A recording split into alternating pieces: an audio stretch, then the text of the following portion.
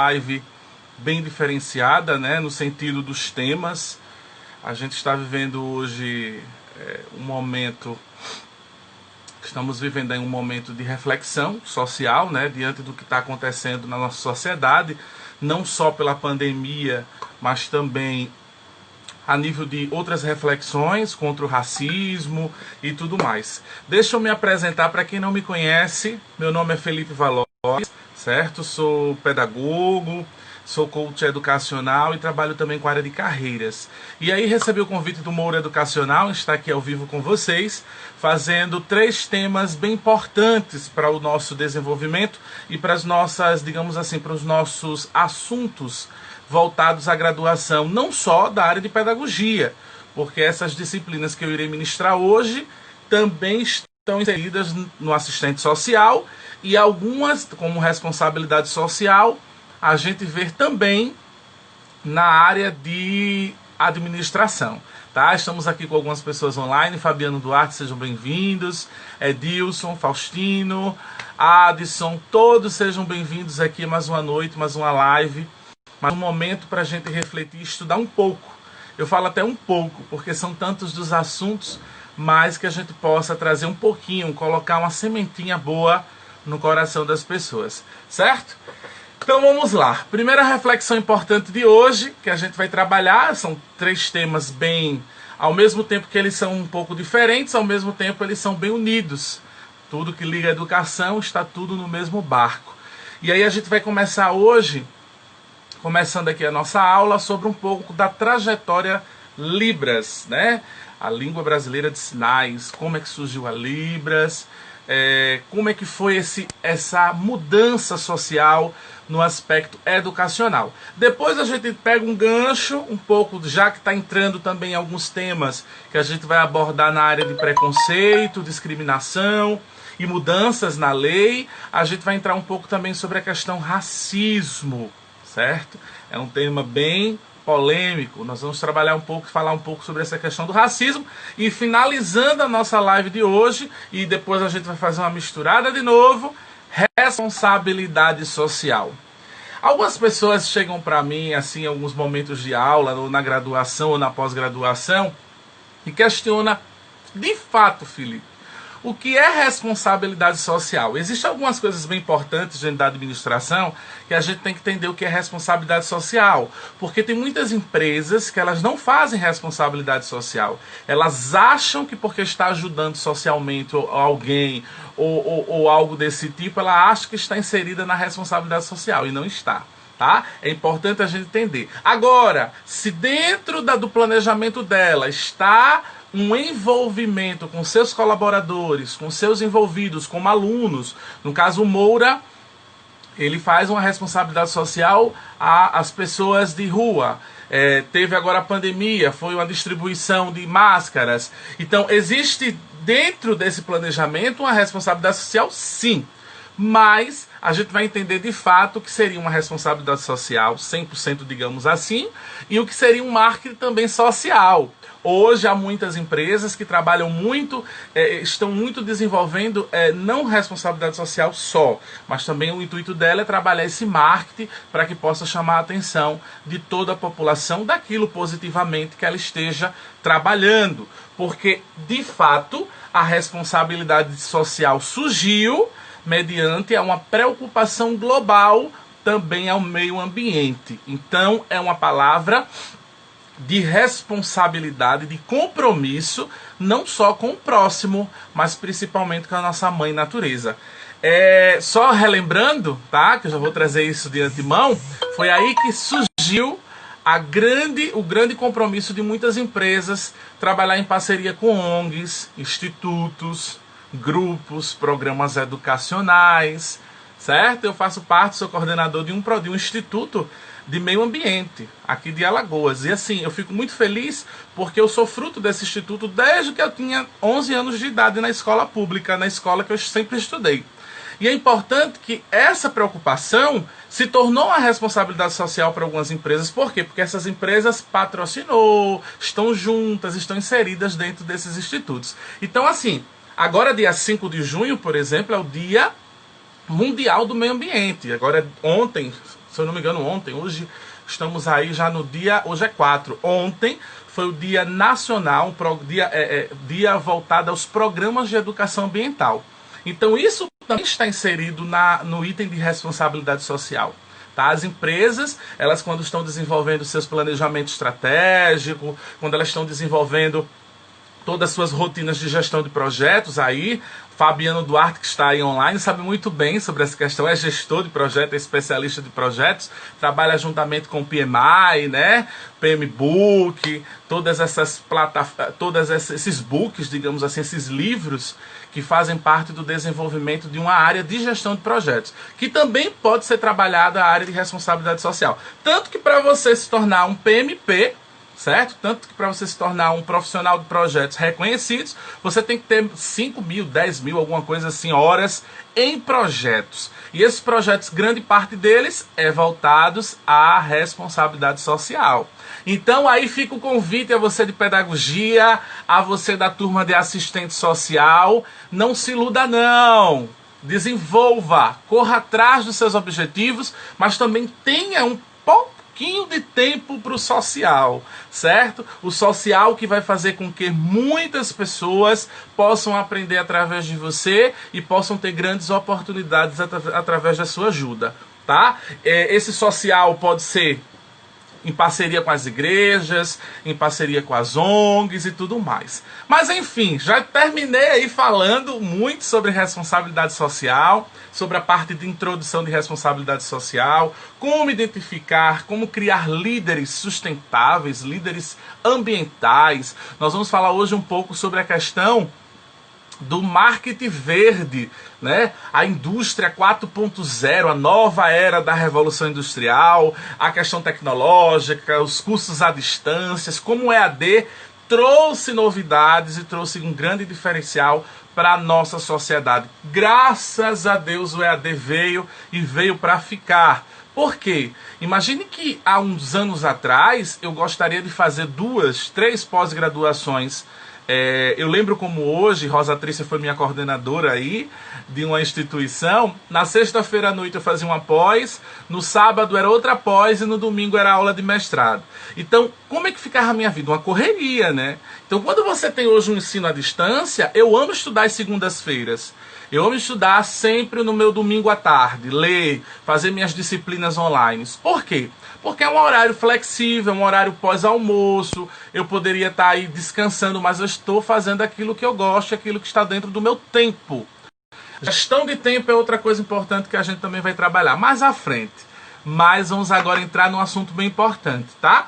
Como eu falei aqui no início, nós temos 3 assuntos fantásticos, né? Que é Libras, nós vamos trabalhar Libras, tá? Desde o seu surgimento aqui na década de 1990, o famoso crescimento, momentos de transformações que aconteceram aqui nas implementações de política educacional, principalmente aqui no Brasil, certo? Depois a gente vai entrar um pouco sobre a questão do compromisso, da responsabilidade, do respeito, tá? Principalmente ao não, bem grande, não ao racismo, né? Como eu estava até conversando com Rosa, vidas negras importam. A gente vai falar um pouco sobre isso mais à frente. E um outro item encerrando, que é de fato responsabilidade social. Como muita gente, repito e digo, não se iludam. Você tirar uma foto dando uma cesta básica a uma pessoa que está precisando, colocando isso numa rede social, nem sempre isso significa, dentro da sua empresa, responsabilidade social. É uma outra coisa que a gente vai discutir no finalzinho, porque eu trouxe algumas evidências, algumas coisas que não é o Felipe só que está falando, é os autores, é aqueles que estão inseridos nas áreas administrativas. Principalmente quando a gente vai para 2 grandes autores, Chiavenato, nós temos aí nós temos Peter Drucker, nós temos, deixa eu ver outros aqui que eu tenho até minhas pescas que eu falo são os meus livros, né? Lá atrás eu tenho as 2 bancadinhas espiritual e do lado de cá eu tenho 5 voltadas à educação. Então qualquer coisa já dão uma olhada sempre, já descobriram até meu segredo, né? Dão uma olhada, lembro e aí a gente comenta o assunto. É sempre bom deixar bem claro, porque a gente que está ao vivo, a gente não pode deixar de esclarecer isso para depois não estar aí na rede social, a pessoa estava pescando, mas estou mesmo. A gente tem que estar sempre olhando aí grandes autores e comentando, até porque hoje O que a gente fala aí ao vivo, o que a gente deixa registrados em lives, a gente tem que ter muitas evidências, tá? E assim, não sou nenhum doutor, não tenho livros publicados para estar dizendo que é um conceito realmente 100% Felipe. Tenho minhas opiniões, tá? Tenho os meus modos de pensar, isso é importante, né? Como diz Paulo Freire, temos que ter mentes críticas. E a gente tá aí no meio social, onde a gente tem, às vezes é mal interpretado como a gente se expõe, como a gente também vem falar sobre determinados assuntos. E assuntos tão polêmicos como esse, tá? Professor, vamos lá. Começando os nossos assuntos sobre Libras. Deixa eu ver quem está aqui online. Vamos lá. Luiz. Olha, Luiz é da área de gestão pública. Parabéns aí, que a live de hoje envolve disciplinas também para você também na área de responsabilidade social, e muito importante mais ainda, porque o pós-pandemia vamos ter que ter corações de pessoas com responsabilidade social, que possam se envolver, que possam estar aí, quem sabe, Luiz, fundando aí um instituto, né, uma ONG que venha trabalhar de fato, socialmente falando aí para nossas terrinhas, e as terrinhas de Atalaia, Capela e outros municípios mais, que fazem parte do Muro Educacional. Queria deixar também um forte abraço, estou morrendo de saudade. Essa semana eu estava pensando aqui numa turminha especial de Champreta. Champreta, terra maravilhosa, me acolheu de coração aberto pelo Muro Educacional. E assim, não posso deixar de estar aqui cumprimentando Cristina, coordenadora também, tá? Mari Leonardo, obrigado, você é um ótimo instrutor, letras presente. Letras, maravilha, muito bom. Então vamos lá, vamos para os assuntos, porque assim, é rápido demais. Quando você acha que está se empolgando, está nos assuntos estratégicos, o seu tempo já está acabando aqui, tá? E agradeço aí a gentileza, só explicando que a gente começou a live um pouquinho mais cedo, porque infelizmente tem um compromisso daqui a pouco de família, um problema sério, e aí eu vou ter que me ausentar às 19h30. Mas estamos juntos. Quem não assistiu essa live, meu forte abraço, desculpa aí se não viu o recado das 18h20, mas deixo aqui que vai ficar online e vai para o YouTube também, tá certo? Então vamos lá. Então na década de 1990, por considerar que é um período que representa realmente de fato algumas transformações nas áreas educacionais aqui no nosso Brasil, a área, né, que vem sendo discutida, Libras, começa a ser realmente inserida na educação especial inclusiva. Então aí eu já quero deixar um convite que eu deixo bem claramente para você. Olha, eu sou professor de pós-graduação na área de educação inclusiva, inclusive algumas instituições já ministrei a área de Libras. Porém, o convite que eu deixo para você, mesmo que você não tenha o domínio da língua de sinais, é importante que entenda que existem tantos cursos online como presenciais. São cursos livres que você pode fazer e automaticamente tem várias instituições que você pode até se identificar. Olha, eu gostaria de ser voluntário. Vou até citar um aqui que é a parceira do Moura, a Pestalozzi. De repente você pode chegar lá na Pestalozzi, estou fazendo um curso, gostaria de apoiar vocês aqui voluntariamente, e aí você vai fazendo as práticas desse curso, tá certo? Então, assim, meu forte abraço, quero deixar aqui um carinho super especial a todos aqueles que estão intérpretes, aqueles que apoiam a causa da inclusão. Eu não só falo na área de Libras, tá? Eu falo também em todas as áreas de inclusão, a síndrome de Down, autista, todos aqueles que estão inseridos também na educação especial e inclusiva. Então, você, pedagogo, terminou a formação, se identifica com a área de inclusão. Antigamente, até, eu vou falar até por mim, né? Sonhei e terminei pedagogia. Terminei pedagogia, foi terminado pedagogia e agora? Vou fazer o quê? Vou fazer uma pós em síndrome de Down, vou fazer uma pós sobre autismo, vou fazer uma pós só em Libras. Antigamente não existia esses temas separadamente, digamos assim. Era uma pós em educação especial inclusiva. Definido. Hoje já se tem a necessidade de se estudar muito mais do que só a educação especial inclusiva. Mas se em cada PCD, cada portador com deficiência, cada área específica, porque é muito simples a gente falar de inclusão, onde a gente não conhece de fato aquela necessidade, aquele apoio que nós temos que dar às famílias, principalmente na área de autismo. Por exemplo, a gente fala de autismo, é muito bonito, bota o selinho e tal, eu sempre comento isso, mas às vezes o pedagogo, o professor, o psicopedagogo, ele não se interessa em estudar como foi o surgimento do autismo, quem são os médicos, como é que está a evolução dessa área de educação inclusiva, como é que está a aceitação, como é o apoio da família. Aí a gente entra também, voltando para a nossa aula de hoje, a mesma coisa dos surdos. Vocês têm noção, vocês têm ideia de quantos antepassados, quantos jovens, melhor, eu falo sempre jovens, porque quando eu me aprofundei no estudo dos surdos, quando eu me aprofundei na questão da língua brasileira de sinais, que a gente vai para o passado, principalmente em Roma, Grécia, a gente se assusta com as atrocidades que faziam com os portadores de surdez. E eu vou falar para vocês que é só o início da nossa aula sobre esse assunto, porque a gente não pode estudar o presente, não pode entender sobre uma lei, sobre um direito, sem antes entender o porquê nós lutamos hoje tanto por essa causa, por eles, para que eles estejam inseridos na educação normal. É muito importante a gente refletir da mesma situação de muitos escravizados no mundo, principalmente vindo aqui de outras áreas da África, vindo para o nosso Brasil ser escravizados. Entender sobre o conceito de racismo. Até um dia desse me perguntaram uma coisa bem interessante. Felipe, eu não posso hoje em dia nem chamar de determinadas formas. Olha só. Porque eu posso ser mal interpretado. Não comentei nada com essa pessoa. Em um determinado dia, é uma pessoa da minha família, por isso que eu estou citando esse estudo de caso. Isso é um estudo de caso.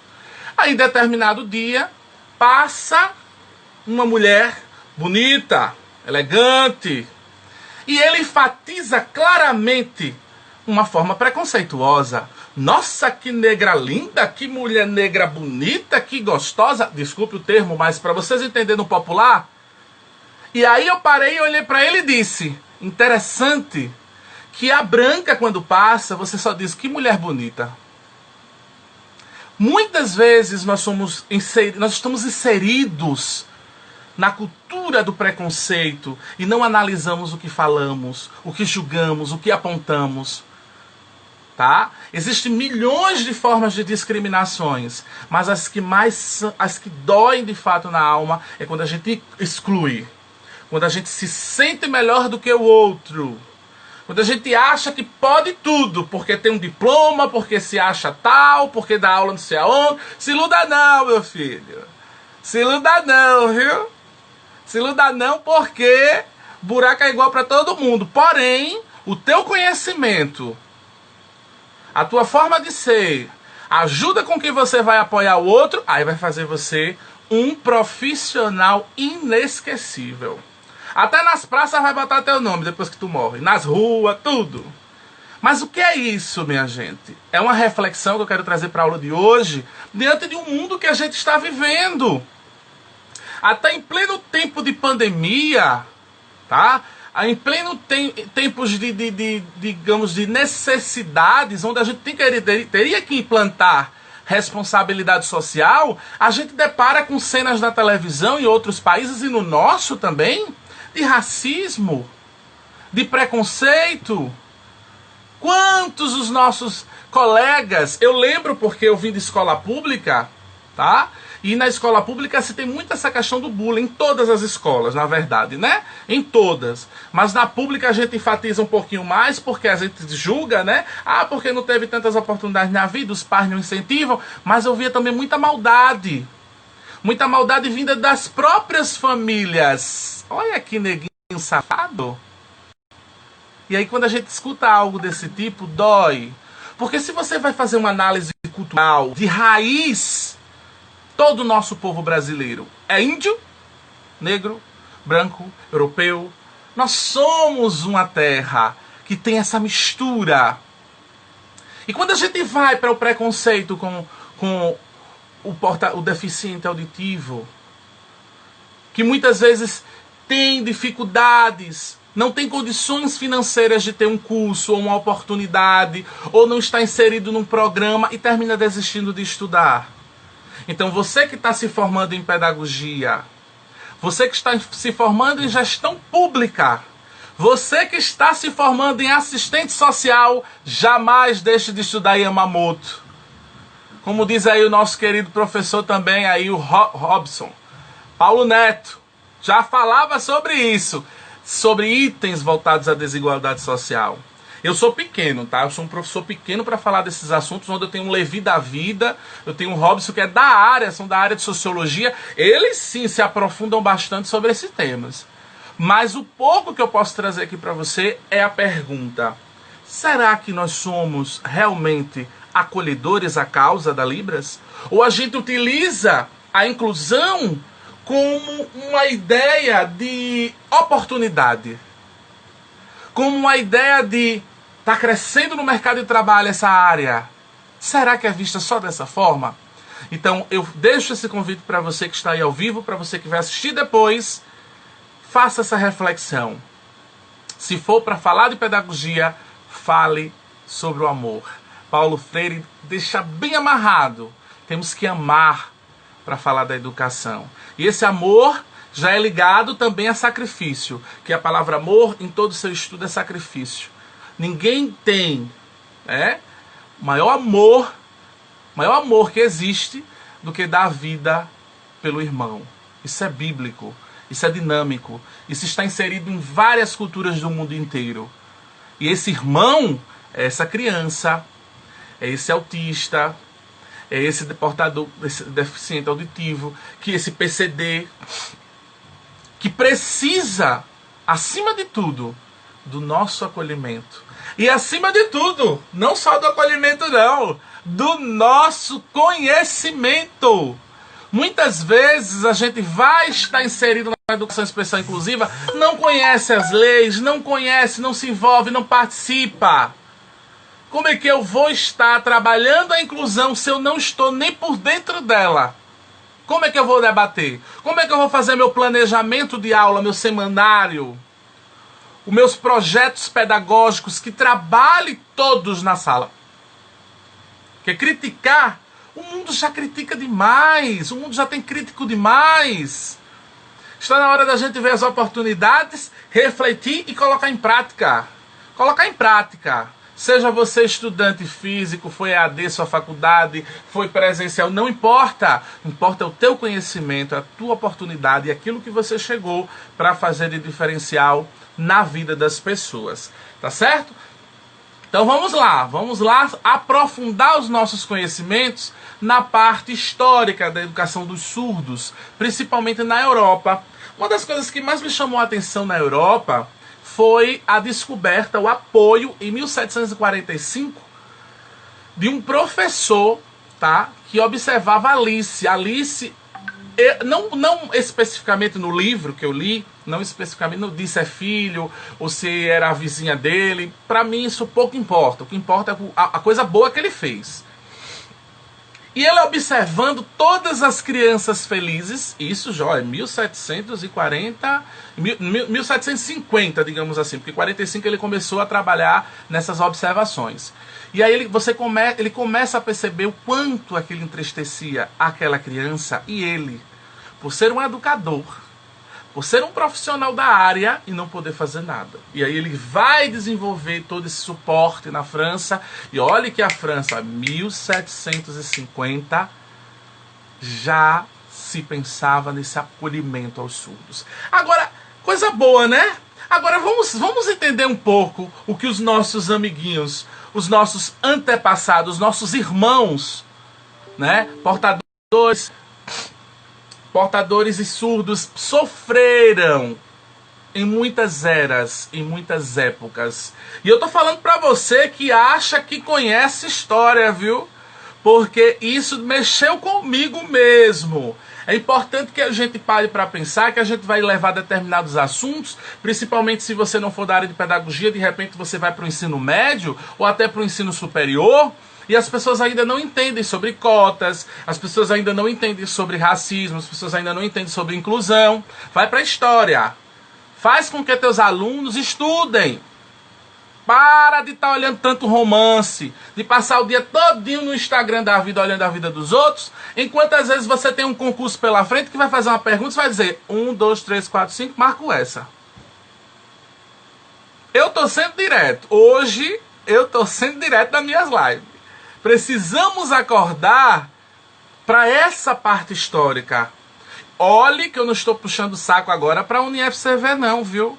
Mas as apostilas melhoraram 1000%. Apostilas não, livros, evidências. Eles trazem todos os temas. Você que é aluno da graduação ou de outras áreas, fica ciente disso, tá? Fica ciente que as tuas apostilas que você está recebendo em PDF, não aprende só a guardar em pendrive, não. Antigamente eu dizia engavetar. Engavetar era para quem fazia faculdade na minha época, né? Era um monte de xerox. Xerox não, fotocópia, porque xerox é a marca. A gente pegava as fotocópias, pegava, gastava horrores. Mal liga. Hoje é PDF, sustentabilidade, responsabilidade social com o mundo. E sabe o que as pessoas fazem? Baixa, faz a prova, não presta mais, guarda, ou exclui, ou perde, não bota nem nas nuvens, nem toma Red Bull para voar. Presta atenção, pessoal. Vocês estão com material rico, diferencial, para estudar para concurso, para estudar para tudo. Então vamos entender um pouco do funcionamento aqui, como é que surgiu realmente a visão do surdo, como os surdos eles eram vistos socialmente falando. O que mais me doeu foi Roma, certo? Roma, para vocês terem uma ideia, eu trouxe aqui uma evidência, estou do lado aqui com uma evidênciazinha de datas, para eu não falar nenhuma abobrinha, tá? 476 depois de Cristo. Olha, eu estou falando que já conheceram o cristianismo, o amor ao próximo. Povo de cabeça dura. Sabe o que eles faziam com os surdos? Para você entender o que eles passavam, eles não eram perdoados, como se precisasse, né, ser perdoado de alguma coisa. Eu sou surdo, oh meu Deus, eu sou castigo. Eles entendiam isso como um castigo, como feitiçarias. Uma pessoa que era surda era amaldiçoada. Ela foi castigada por bruxarias. E aí, não tendo a cura, como a gente sabe nos dias de hoje, né? Oh meu Deus, não preciso nem entrar em detalhes. Eles jogavam essas pessoas no rio para a morte. Primeira evidência que me assustou. Isso eu li um capítulo todo, detalhadamente. Eu tentei entender, tá? Até o nome Tíger, o nome do rio, Tíger, em Roma. Tá? Que é o contrário a mar. Amor. Quando você pega Roma e inverte, né? Amor. De amor, com toda sinceridade, Satanás pra lá, porque Jesus da causa. Você pegar uma pessoa só porque ele é surdo, joga de rio abaixo e diz assim, vai pra lá amaldiçoado, tu não serve pra nada. Enfim, eu só tô trazendo isso para vocês refletirem o quanto os nossos irmãos ainda sofrem. Se sofrem nos dias de hoje, imagine o passado. Vamos para outra localização desse sentido também. Na Grécia, né, os surdos eles eram considerados inválidos, certo? E muito incômodo para a sociedade. Imagina, não serve, não tem como trabalhar, tá? É uma pessoa excluída. Então eles eram condenados à morte também. Lançados abaixo dos rochedos. Veja que na parte alta da Grécia, você é surdo. Não serve. Jogavam você naquele local. Triste, né? Quando a gente percebe que naquela época se matavam, hoje se magoam, hoje ainda há discriminação, ainda há brincadeiras de mau gosto com essa falta de inclusão. Incluir é estar, é estender as mãos. Você professor, você pedagogo, você assistente social, você gestor público, acima de tudo você tem que estar ali para estender as mãos. Muito importante. Aí eu disse, nossa, se eu cheguei em Roma, que é uma cidade que eu acho linda, né? Deus quiser, ano que vem estou lá. Grécia, nem se fala, né? Mas o que tem de beleza no passado pecaram muito. Não tiveram essa sensibilidade com o próximo. Essa sensibilidade. E aí nós vamos para uma área que eu também acho linda, mas uma área que já pensava de forma diferente por sua visão religiosa. Preste atenção onde eu quero chegar. Pérsia, Egito. O Egito e a Pérsia já pensava diferente do surdo. Ele já entendia como Roma e Grécia era maldição, né? Egito e Pérsia não era maldição, era bênção. Como assim? Eles entendiam que os deuses escolhiam alguns filhos, alguns membros do Egito ou da Pérsia, para ser suas ligações. Em contrapartida, eles viam surdos, porque eles só podiam ouvir os deuses. Então eles pegavam essas pessoas, essas que chamavam na época de criaturas privilegiadas, enviada dos deuses, porque acreditavam que eles se comunicavam até em segredo com esses deuses. Então havia um forte sentimento de respeito, humildade, solidariedade, ligado ao surdo do Egito e da Pérsia, tá? Se fosse para nascer em algum lugar, por favor, era para ser no Egito. Porque eles cuidavam desses privilegiados, segundo ele, conforme as bênçãos dos deuses. Que pena, né? Que pena que países como esses, locais como esses, civilizações como essas, transformaram na vida de muitos inferno.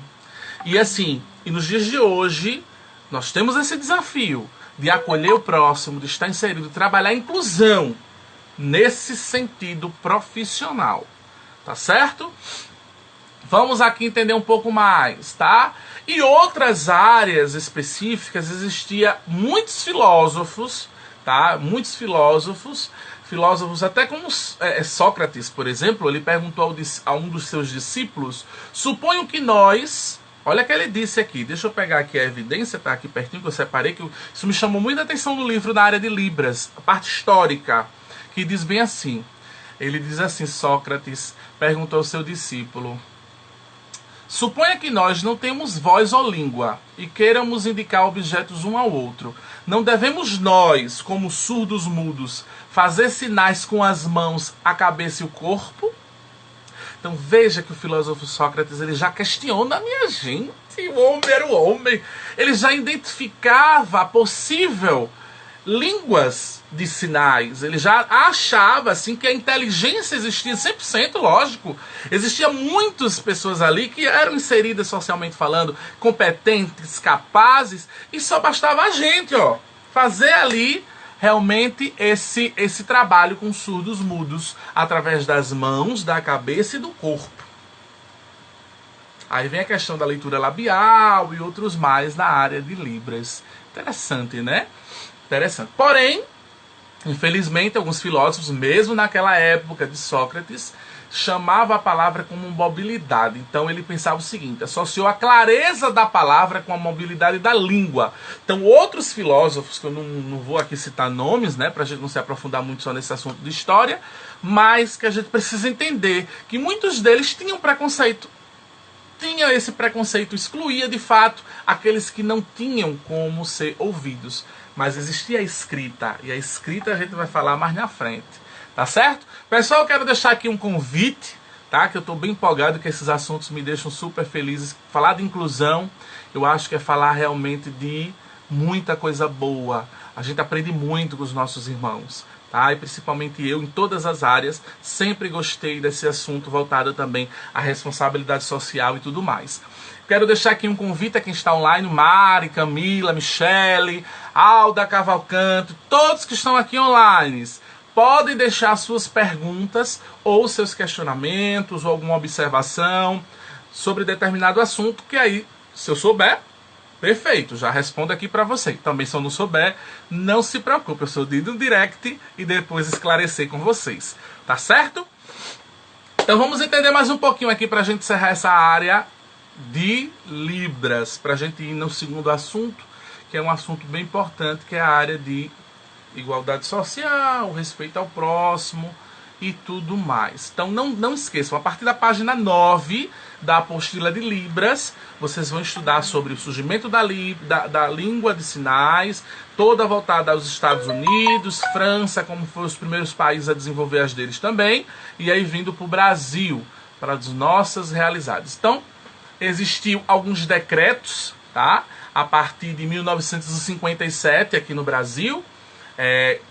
Vou ler para vocês aqui para a gente entender esse funcionamento. Por decreto imperial, da Lei 3.198, de 6 de julho, o Imperial Instituto dos Surdos Mudos passou a ser chamado Instituto Nacional de Educação dos Surdos. Então, nessa época, perceba que de 1957 para cá, já se trabalhava mais esse aspecto de inclusão. E se amarrou bem a inclusão em 1990, certo? Fica aí ciente sobre isso, que é assunto de concurso público, viu?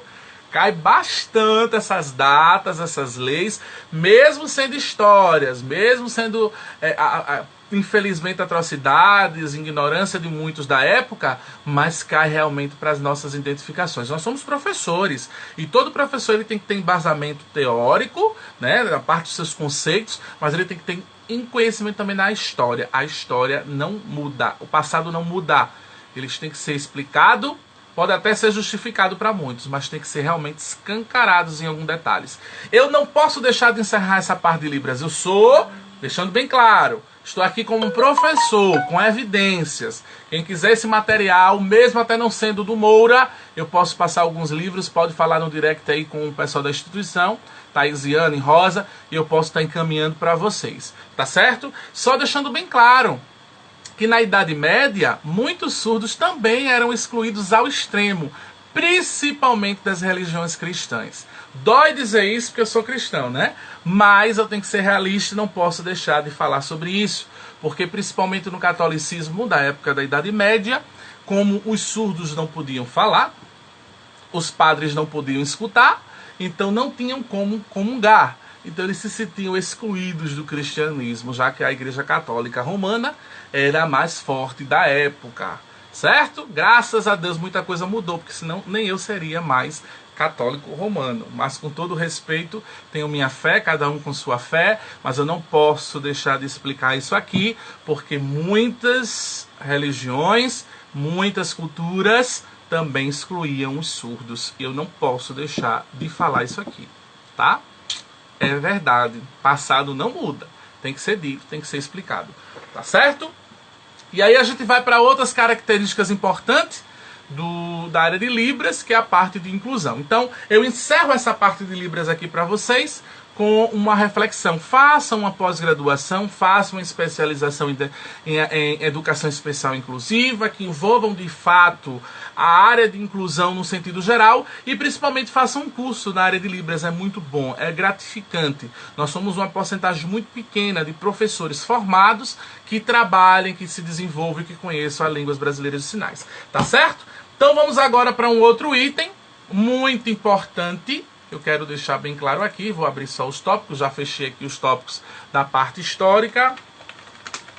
E já vamos agora para item 2. Certo?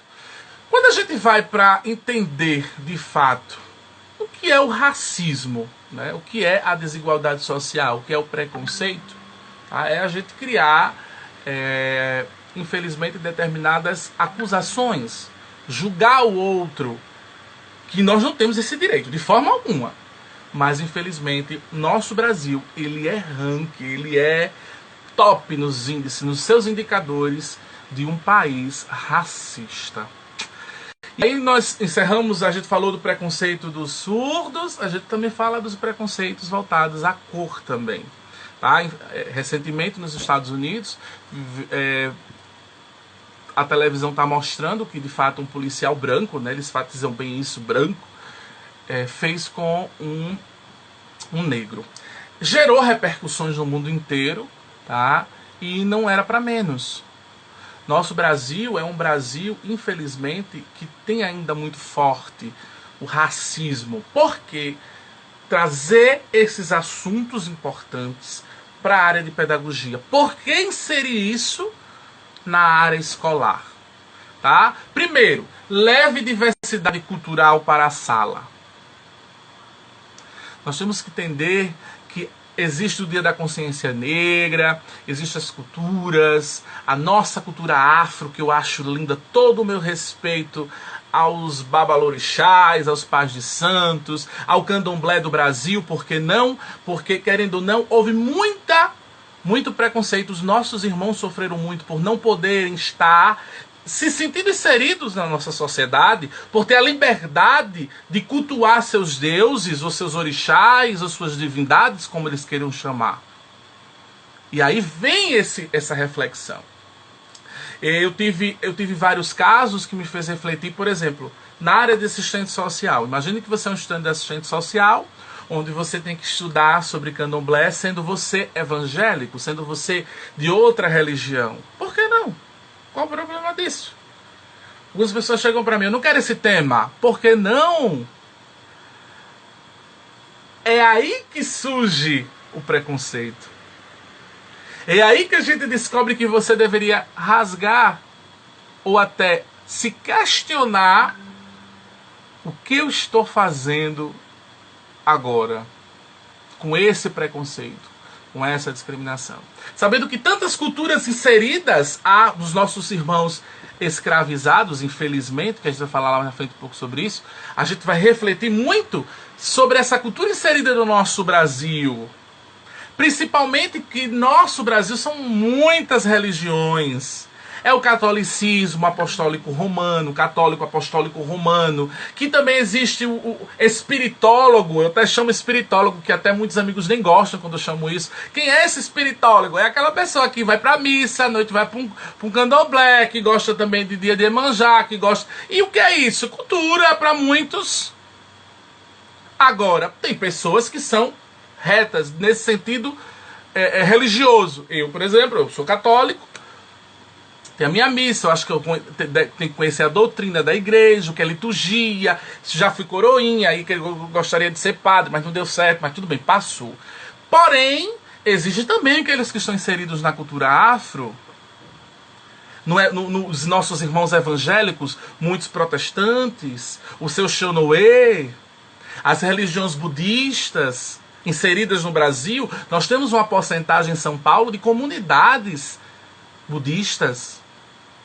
Então nós temos que ter muito respeito ao que de fato é feito dentro da nossa cultura por meio da responsabilidade social. Quando eu vou hoje para a Bahia, vamos aqui, eu só quero lembrar, não estou aqui dizendo qual é a religião certa ou qual é errada, pelo amor de Deus, não estou falando realmente a nossa disciplina de hoje, tá? É bem deixar bem claro para a gente ficar com isso bem na mente. Quando eu vou para a Bahia, quando eu vou para Salvador, nós temos aí um ser humano que até hoje, suas obras de responsabilidade social está inserida na nossa cultura do Brasil. Irmã Dulce. Então você está falando do catolicismo, não seja por isso, vou falar de outra religião. Os espíritas têm aí o maior, depois de Chico Xavier, para mim, o maior psicólogo, maior ser humano no sentido de responsabilidade social daquela terra, da Bahia, Divaldo Franco.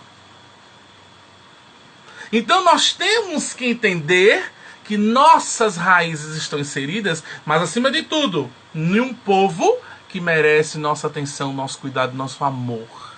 Então preconceito às vezes já surge da nossa forma de falar, a nossa forma de julgar o outro, a nossa forma de que a gente realmente faz do outro o julgamento. A gente se sente no direito de julgar. Porque eu sou certo, porque a minha religião é certa, porque o meu mundo é certo. E é mesmo. Ótimo. Faça o mundo se tornar melhor. Use isso ao seu favor. Porque quando a gente muda, quando a gente se torna uma pessoa melhor, o mundo não precisa nem a gente falar nada. As pessoas que estão no nosso convívio sentem isso.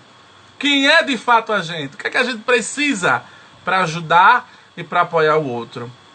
Muito importante essa reflexão, tá? Então todo o meu respeito a todas as religiões.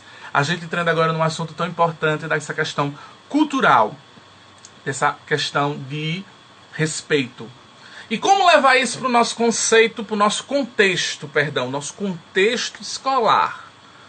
É aí que tem que começar as nossas raízes, fazer com que as crianças, porque a gente tem um ditado que diz assim, né? O pequeno se faz o grande, e é o pequeno que se faz o grande mesmo, porque nenhuma pessoa, nenhum ser humano nasce racista. Ele se torna, pelo que escuta, pelo que vê, pelo que a família diz, pelo que a família representa.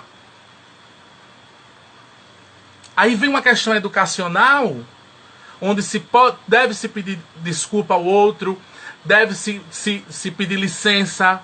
A gente esqueceu senhora, aquelas palavrinhas tão simples que estão sendo esquecidas e abandonadas, e acham que porque pegam essas crianças e colocam na escola, você, todos os educadores têm a obrigação de ser pai, psicólogo, mãe, amigo, padre, pastor, tudo. E não é assim. E não é assim. De forma alguma não é assim. Vamos prestar atenção muito na nossa postura diante como profissional para trazer dentro da sala de aula, nesse contexto escolar, assuntos assim como racismo. Então, exponha os alunos a uma variedade de pessoas e ambientes. Não se pode, esse grupo só tem brancos, esse grupo aqui só são negros, não existe. Temos que misturar, somos irmãos. Somos inseridos na mesma classe, na mesma sociedade. Corta o pulso, o sangue é da cor igual para todo mundo. Martin Luther King, um dos maiores pastores evangélicos do mundo, praticamente a vida inteira naquelas terras da América, lutando contra o racismo. E muitas vezes o racismo dentro da própria igreja dele. Dentro da minha igreja, dentro da sua igreja, dentro do seu templo, dentro do seu terreiro. Que o maior preconceito que existe, o maior racismo e discriminação, não vem só de longe, não. Não vem da rede social. Eu acredito sim que vem dentro da sua casa. Dentro de você mesmo. Conheço tantos negros que são racistas com eles próprios. Eu tenho na minha família um. Graças a Deus mudou a forma de pensar, mas preconceito com ele próprio. Então vamos mudar. Estamos mais do que tarde para essa reflexão. Precisamos mudar. Precisamos se tornar pessoas melhores para que essas crianças vejam na gente, o professor, um exemplo, um espelho. Para se realmente no futuro dizer, valeu a pena a educação. Valeu a pena estudar, ser assistente social. Valeu a pena ser um gestor público. Ser um prefeito, ser um deputado, ser um vereador. Porque o que nós estamos vivendo socialmente falando é um Brasil onde os maiores roubos da política mundial estão aqui no nosso país. E não é partido, não estou falando aqui de partido esquerda, direita, é a frente e costa, não me importa. Importa que estamos perdendo tempo. Estamos perdendo tempo em fazer o melhor para a nossa sociedade, para a nossa educação, para as nossas crianças. Porque se as nossas crianças não entenderem a mensagem agora dos seus educadores, eu acho que vai ser um futuro muito triste. Infelizmente. Tá certo? Então, garanta que a aprendizagem cultural vá além das comemorações. Eu só vou falar da Semana do Meio Ambiente porque agora, dia 5 de junho. Meio ambiente é diariamente. Responsabilidade social já está falando. A responsabilidade social é isso. Tem que cuidar do meio ambiente, tem que analisar se o papel é reciclado. Tem que analisar se as nossas posturas estão dentro dos padrões da ODS, os Objetivos de Desenvolvimento Sustentável Mundial. Agenda 2030. Estuda você, pedagogo, você que está aí ao vivo. O que é a Agenda 2030? Quais são as metas do futuro? Os objetivos para se acabar com a fome, com a falta de água. Nós somos um dos países que mais desperdiça água potável no mundo. Passou hoje uma reportagem que eu quase desligo para não chorar. Os maiores índices de desperdício de água em São Paulo. Enquanto no interior de São Paulo, enquanto tem áreas aqui do Brasil seca. Vamos refletir. Muitas pessoas acham que quando a gente fala muito de corrupção, a gente tem uma mania do auto-julgamento, né? Eu vejo nas redes sociais da galera aí, se tiver algum aí online, me perdoe a direta. Mas, às vezes a gente julga muito essa questão muito da corrupção voltada só ao dinheiro. Corrupção não só é o dinheiro em si. Corrupção, se você for olhar no dicionário Aurélio, é podridão, é fazer algo contrário, fazer algo que destrói. Então, eu posso comprar um roubo, eu sou corrupto. Eu posso roubar, fazer um gato na minha casa, eu sou corrupto. Eu posso chegar para uma criança, falar de uma forma que traumatiza essa criança, eu estou fazendo corrupção, sendo podre. Como é que eu vou querer um mundo melhor? Falar do outro, que o ladrão só é o bandido, e quem colocou o bandido lá? Eu e você. Então vamos acordar, já estamos acabando, meu Deus do céu, como passa rápido. Rosa, já tá acabando aqui mais uma live hoje, viu? Mas vamos entender, ainda dá para puxar aqui para responsabilidade social. Então a gente tem que se questionar sempre nas nossas atitudes, como é que está a nossa vida, os nossos pagamentos. A gente fala de corrupção, mas a gente é o primeiro a dever a Deus e o mundo pagar. Ir pro SPC. Ah, mas é muito fácil, mas agora o desemprego. Sim, mas tem pessoas pegando esse auxílio emergencial, fazendo tatuagem, esticando o cabelo, mas não prioriza as contas. Isso é o quê? Corrupção. Então a gente vai falar de responsabilidade social nas empresas. Então eu digo sempre, faça responsabilidade social. Não só queira aparecer. Não queira confundir marketing social. Marketing social, ele é bom, porque toda empresa ela tem que ter indicadores. Olha, para você ter uma ideia, vamos dar um exemplo aqui. Eu não vou citar o nome da empresa, porque eu trabalhei lá 9 anos, mas não vou citar o nome da empresa não. Mas a empresa que eu trabalhei, ela tinha todo mês um setor de qualidade, tá? Um forte abraço a Vivian Cioli, se ela assistir esse vídeo, tá? De Marechal Deodoro, ela, maravilhosa, da área ambiental. E ela fazia os cálculos até do lixo. Até a reciclagem, a gente se proporcionava a contabilizar o que os funcionários gastavam em folhas. Mas Felipe, a empresa tem dinheiro, vai contar folha, é lógico. Folha é ambiente. Folha é sustentabilidade, é reciclagem, é desperdício, gasta-se tinta, polui mais a natureza. Pergunte-se se vale a pena imprimir aquilo que de fato seja importante ou não. Então a gente já vai trabalhar a Semana do Meio Ambiente. Amanhã é Dia Internacional do Meio Ambiente. Então que a gente possa desenvolver responsabilidade social com a visão social, tá? Use os produtos mais naturais possíveis. Compre dos pequenos. Rosa Trícia falou isso na live. Compre dos pequenos, dos microempreendedores, tá?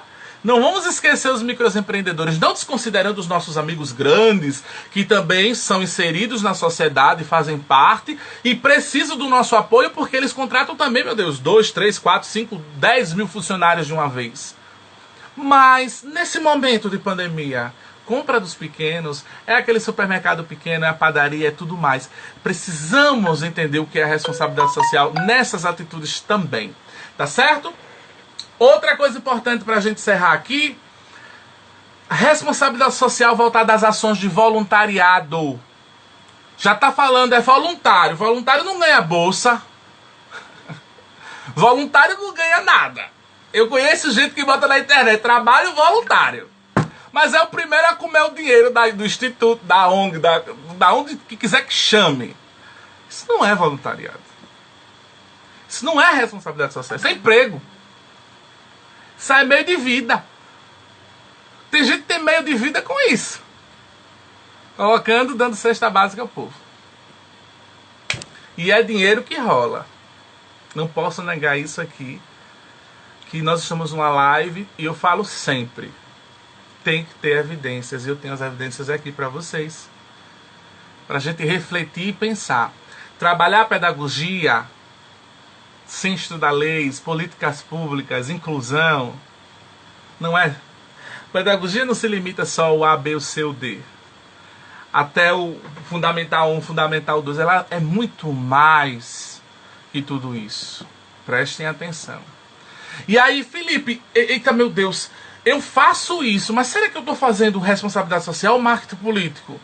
Quando você é pequeno, como eu vejo muitas empresas pequenas, que, desculpe até o termo, faz das tripa coração Pode crer, meu irmão e minha irmã, que isso é uma responsabilidade social, porque você está deixando de priorizar tantas coisas para ajudar o outro, para inserir. Ah, mas eu não posso, então expor? Deve. Porque se você também for trabalhar um sistema de gestão da qualidade, como a ISO 9001, implantar um sistema na tua empresa, essa responsabilidade social, esse apoio social que você está fazendo num momento como esse, você vai ter como evidência para mostrar: a minha empresa ela é de qualidade e ela tem um apoio, ela visa, ela cuida das ações sociais ao próximo. A maior responsabilidade que você também pode ajudar é os teus colaboradores. Tá? Fazer doações para instituições sociais com CNPJ. Não é qualquer instituto, não é. Procura a história, procura a essência daquele local, tá certo? Veja de fato se realmente aquele local precisa do teu apoio. É muito importante isso, tá? Mostrar, eu estou percebendo, por exemplo, o Moura fez uma ação belíssima, eu adorei a ideia das máscaras. Por que a ideia da máscara foi tão responsabilidade social? Porque trabalhar a saúde é importante. Às vezes uma máscara salva uma vida. Isso é responsabilidade social. Isso também faz parte do contexto social, tá? Então faça essas doações. Eu ajudo ao Instituto dos Idosos. Eu ajudo a área que mais precisa de apoio social. Para se trabalhar as responsabilidades sociais, tá? Daniela, um abraço aí para você também. É, de fato, sem sombra de dúvida, a área que vai ter mais idosos. Por que, Felipe? Eu quero encerrar. Eu preciso encerrar essa nossa live falando sobre esse item de responsabilidade social para os idosos. Por quê? Porque o nosso futuro, nós seremos um dos países com mais idosos no mundo. As pessoas não entenderam. Cuidado dos idosos, os institutos que cuidam dos idosos. Eu vou ser no futuro aquele idoso, se eu chegar lá ainda, né? Porque do jeito que a gente tá numa industrialização de comida tão forte, eu não sei, daqui a pouco a gente já nem morre, fica mumificado. Então, pensamos, eita, minha empresa vai começar a trabalhar agora com os idosos. Eu sempre falo, essa área mexe muito comigo. Então, trabalhe com os idosos. Crianças também. Felipe, os adolescentes. Tá, tem fase na vida da gente que tudo bem, você tem uma oportunidade maior. Eu não sou daquela pessoa, por mais... Eu tô agora sendo Felipe, eu não tô sendo estudo aqui nenhum, tá? Eu acho que a gente tem que dar o peixe, mas muito melhor do que dar o peixe é ensinar a pescar. Eu vim de um bairro carente, eu vim do Pontal da Barra, onde eu mesmo, sendo de menor, não sabia nem o que era trabalho infantil, que nem podia, até minha mãe, meu Deus do céu, coitada, nem sabia nem o que é isso. Eu vendia aos turistas. O senhor quer comprar uma toalhinha, né? E às vezes o turista diz, mas que me desenrolado. Comprei em dólar, ainda tem que ser em dólar, porque valia mais na época, ainda vale. Aonde eu quero chegar com isso? Naquela época, era uma visão, mas hoje tem tantos programas que ajudam a juventude. Tantas oportunidades. Temos o jovem aprendiz, estagiário legal, programa Primeiro Emprego. Mas muitos não enxergam dessa forma e continuam presos no seu mundo interior. Certo? Então, eu trouxe aqui uma evidência para vocês que diz assim, de acordo com o IBGE, presta atenção, de acordo com o IBGE, Instituto Brasileiro de Geografia e Estatística, tá? Em apenas 5 anos, o número de idosos aumentou 18% aqui no Brasil. As crianças e adolescentes, só aqui no Brasil, são 45 milhões vivendo em abrigos. Eu estou falando, preste atenção para a gente encerrar essa live, para você refletir. 45 milhões de crianças e adolescentes abandonadas. Não falo nem abandonadas, porque estão em abrigos. Eu não estou falando daquelas que estão nas ruas, não. Estou falando daquelas que estão esperando adoção, daquelas que estão esperando oportunidade, esperando o seu apoio. Aí, seja voluntário. Pega essa época sua agora. Desenvolva um projeto. Faça um diferencial na vida de um jovem. que eu tenho certeza que você vai poder botar em prática tanta coisa boa, meu Deus, tanta coisa boa, principalmente depois da sua graduação. Deixa eu tirar só um negocinho que tá manchando aqui, tá? Só um minuto. Eu queria que você só refletisse uma coisa muito importante, que a gente não precisa esperar se formar, ter o título para começar a agir como pedagogo, agir como assistente social. Então, eu sei que a gente vai ter um evento, aí fui convidado para palestrar aí no Moura, vai ser um evento virtual. Estou logo dizendo que não é obrigatório todo mundo participar, mas é um evento fantástico, vai ter certificação.